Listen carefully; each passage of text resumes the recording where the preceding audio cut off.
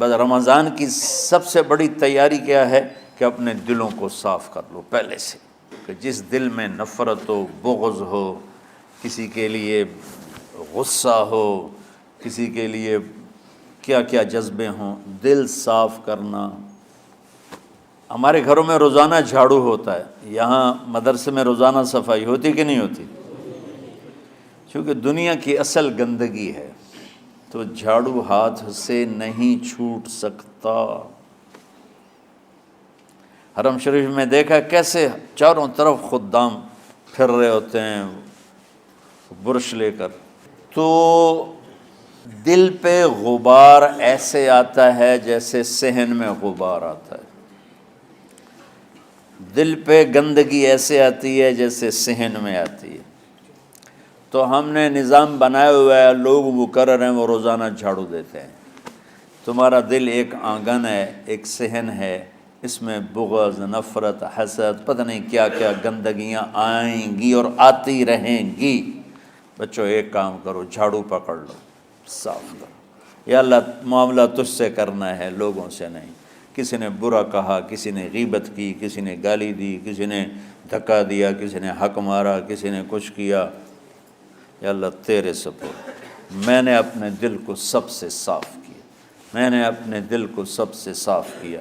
یہ اتنی بڑی عبادت ہے کہ بڑے بڑے نفلوں والے، تہجد والے، حج عمرے روزے والے تمہیں نہیں پکڑ سکیں گے، کیونکہ اس کا کرنے والا دنیا میں کوئی نہیں۔ نفل پڑھنے والے تو بے شمار ہیں، عمرے کرنے والے بے شمار ہیں، علماء بے شمار ہیں، حاجی بے شمار ہیں، سخاوت کرنے والے بے شمار ہیں، لیکن اس ٹکڑے کو صاف کرنے والا لاکھوں میں ایک بھی نہیں ہے۔ مشکل کام ہے، آپ یہ سیکھ لیں، صاف کرو، صاف کرو، صاف کرو۔ یہ رمضان کی سب سے بڑی تیاری اور علم کو حاصل کرنے کی سب سے بڑی چابی ہے کہ اپنے دل کو کھلا کر لو۔ کوئی چیز خالی ہوگی تو کچھ آئے گا۔ جس دل میں بغض بھرا ہو، نفرت بھری ہو، حسد بھرا ہو، کینہ بھرا ہو، اس میں خاک آئے، اس میں تو علم کی ایک کرن بھی نہیں آئے گی۔ اس زبان سے چاہے جتنے مرضی موتی بکھیرے، دل اس کا اندھا ہوگا۔ لا تعمى الابصار ولكن تعمى القلوب التي في الصدور۔ یہ آنکھوں سے اندھے نہیں، دل سے اندھے ہیں۔ تو بچوں اپنے دل کو صاف کرنا سیکھو۔ وہ کتنی مشہور حدیث ہے، آپ نے کہا اس دروازے سے ایک جنتی آ رہا ہے، تو ایک انصاری صحابی داخل ہوئے، جوتا ہاتھ میں، داڑھی میں وضو کا پانی۔ اگلے دن اس دروازے سے ایک جنتی آ رہا ہے، تو ایک صحابی آئے، ہاتھ میں جوتا، داڑھی میں وضو کا پانی۔ وہی صحابی اگلے دن اس دروازے سے ایک جنتی آ رہا ہے، تو وہی صحابی 3 دن جنت کی بشارت لی انہوں نے۔ اس صحابہ کی جماعت میں ایک شخص ہیں جن کا نام ہے عبداللہ بن عمرو بن عاص۔ ان سے بڑا عبادت گزار صحابہ میں کوئی نہیں تھا، نہ سابقین میں نہ متاخرین میں، نہ پہلوں میں نہ بعد والوں میں۔ ان کی عبادت کیا تھی؟ ساری رات جاگنا، سارے دن کا روزہ، اور ایک ختم قرآن صبح سے شام تک۔ اتنی اللہ نے طاقت دی تھی۔ پھر وہ غلو والی بات آ گئی، ایکسٹریم ہونے والی بات آ گئی۔ ان کی شادی والی رات حجلہ عروسی میں داخل ہو رہے ہیں، دلہن کے کمرے میں داخل ہو رہے ہیں، اور مصلی بچھا کے اللہ اکبر، اور دے نفل تے نفل، دے نفل تے نفل۔ تو ان کی بیگم نے دیکھا تو وہ بھی خیر کا زمانہ تھا، انہوں نے بھی وضو کیا اور پیچھے مصلی بچھا کے وہ بھی فجر تک نفل پڑھتے رہے۔ صبح ہوئی تو حضرت عمرو بن عاص رضی اللہ عنہ نے پوچھا، بیٹی رات کیسی گزری؟ کہا جی ماشاءاللہ آپ کے بیٹے تو بڑے عبادت گزار ہیں، ساری رات نفلوں میں ہی گزری۔ تو وہ ان کو شکایت کر دی۔ حضرت عمرو بن عاص کو اتنا غصہ چڑھا، بیٹے کو تو کچھ نہیں کہا، کتنی حکمت کی بات ہے، سیدھے گئے اللہ کے نبی کے پاس، یا رسول اللہ یہ عبداللہ دیکھیں کیسا نادان ہے، اس کی شادی کی ساری رات نفل پڑھتا رہا۔ تو آپ کہتے ہیں ماشاءاللہ ماشاءاللہ کتنی بڑی بات ہے۔ نفلوں میں گزر گئی، رات بھی نفلوں میں گزر گئی۔ تو آپ نے حضرت عبداللہ بن عمر کو بلا کے ڈانٹا کہ تو نے مہینے میں 3 دن روزے رکھنے ہیں، بس اس سے زیادہ نہیں رکھنے، اور ہفتے میں 1 قرآن ختم کرنا ہے۔ کہا یا رسول اللہ میرے اندر طاقت زیادہ ہے۔ پھر اچھا 15 دن روزے رکھنے، کہ نہیں میرے اندر طاقت زیادہ ہے۔ آپ اس کو تھوڑا تھوڑا کر کے گھٹاتے رہے، اور وہ ہر دفعہ نہیں یا رسول اللہ میرے اندر طاقت زیادہ ہے۔ تو آخر میں آپ نے کہا اچھا چلو صوم داؤدی پہ آ جاؤ، 1 دن روزہ رکھو، 1 دن افطار کرو، اور 3 دن سے پہلے قرآن ختم نہیں کرنا۔ تو آپ نے اس کو پیچھے کیا۔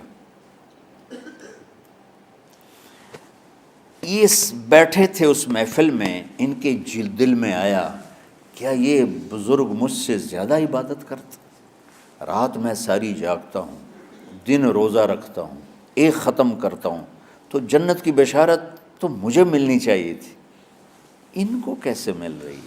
یہ کسی کتاب میں نہیں لکھا کہ یہ ان کا جذبہ تھا، لیکن جو کہ میں ان کی سیرت کو جانتا ہوں تو مجھے خیال آتا ہے کہ ان کی نفسیات میں یہ بات آئی ہوگی، چونکہ صرف انہی کو خیال آیا کہ میں جا کے دیکھتا ہوں کہ یہ بزرگ کیا کرتے ہیں۔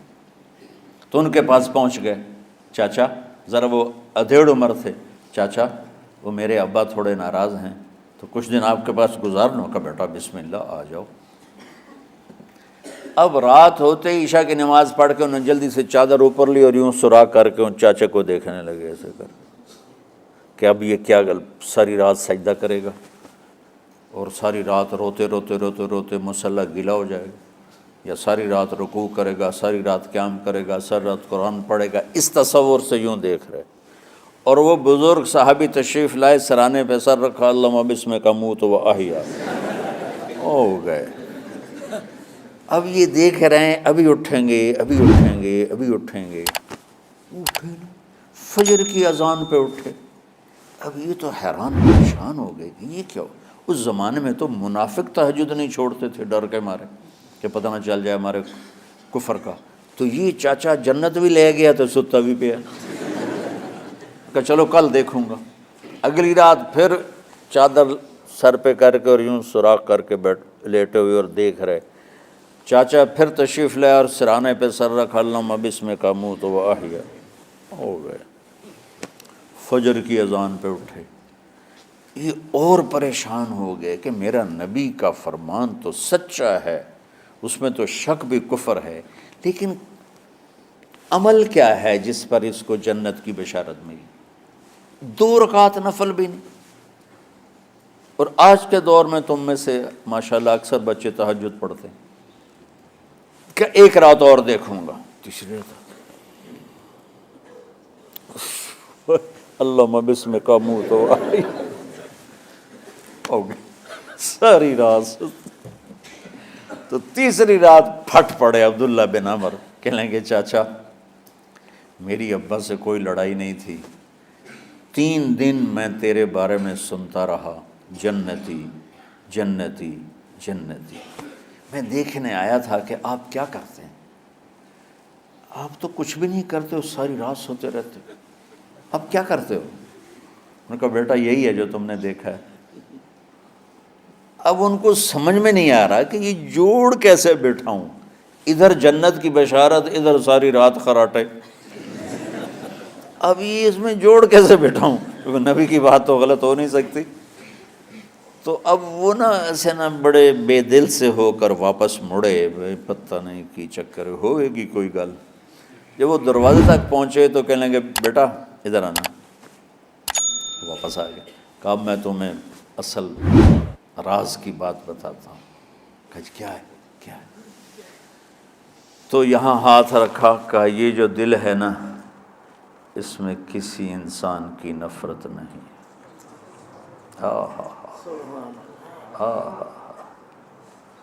اور جب اللہ کسی کو رزق دیتا ہے، عزت دیتا ہے، مجھے کبھی حسد نہیں ہوا، مجھے خوشی ہوتی۔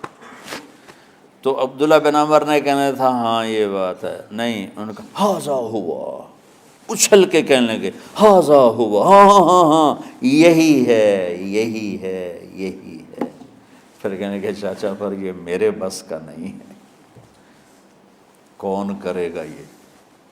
اتنے بڑے آدمی ہو کر کہہ رہے ہیں کہ یہ میرے بس کا نہیں۔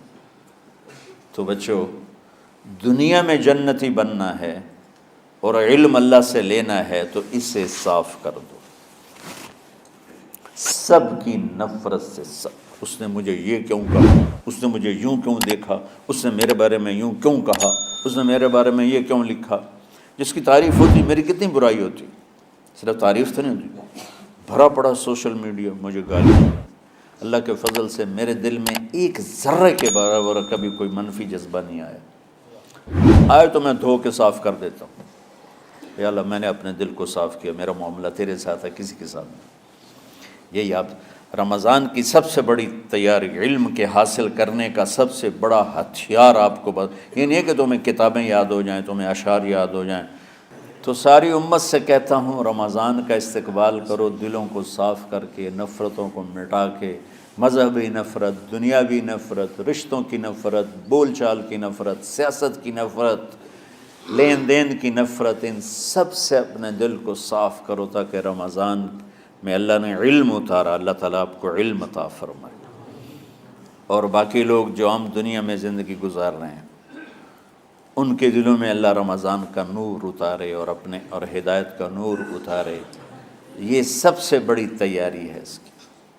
اور کسی سے گلہ ہے، غصہ ہے، ناراضگی ہے، کسی سے بولتے نہیں ہو، ابھی سے شعبان آ چکا ہے، آپ شعبان سے رمضان کی تیاری شروع فرما دیتے تھے، تو اس کی تیاری کیا ہے؟ وہ دلوں کو صاف کرو، معاف کرو، معافی مانگو، تمہارا قصور نہیں پھر بھی معافی مانگ لو، دلوں کو صاف کرو، اور اللہ سے سخاوت مانگو کہ اللہ کو سخی بھی پسند ہے اور صاف دل والا بھی پسند ہے۔